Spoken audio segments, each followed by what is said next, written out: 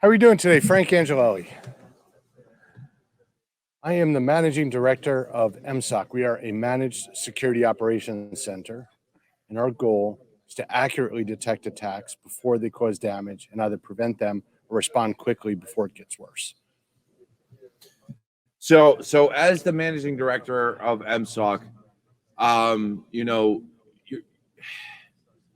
attacks always happen, and you can't guarantee ever 100% security.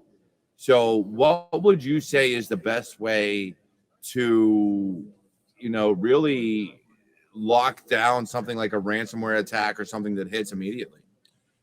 So complex question, but there's two aspects to SOC to understand it well. The first one is our adversary is sentient.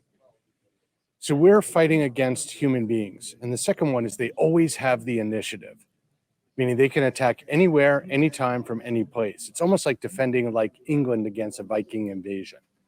And so at that point in time, one of the strategies that really works very well is military type strategies like Clausewitzian strategy. What you're trying to do is you're trying to defend at your strong point and attack them at their weak point. You're trying to interdict their operations where they're weak.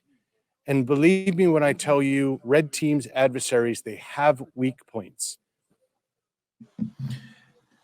I laugh about that, and I was saying something because Natalie Baker, who is in the chat right now, she calls herself the SOC queen on occasion, depending on what you're looking at and what platform. But she actually loves SOC and what you're talking about. And so, one of the biggest things for her has always been, you have to be reactive, but also proactive at the same time, right?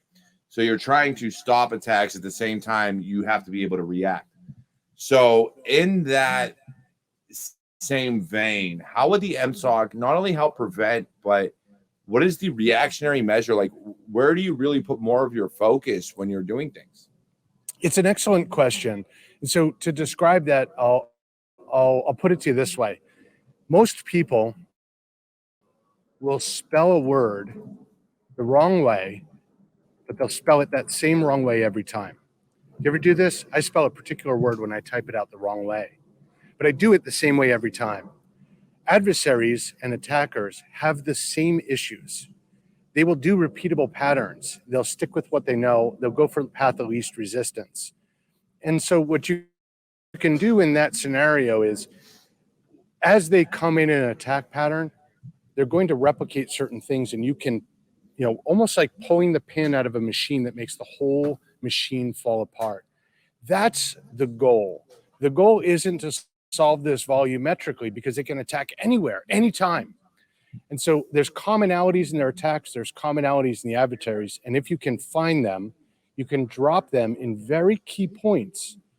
Think about from a funding perspective. In SOC, people will always say, oh, we need more people. Why? We need more people because they can attack from everywhere. Why? At the end of the day, the solution to that isn't in funding more and more and more with huge, huge amounts of money. It's about using those patterns to find out how you can interdict that adversary without an overwhelming amount of funding and cost and source. Because SOC is expensive, and we need to keep it manageable to manage the risk level.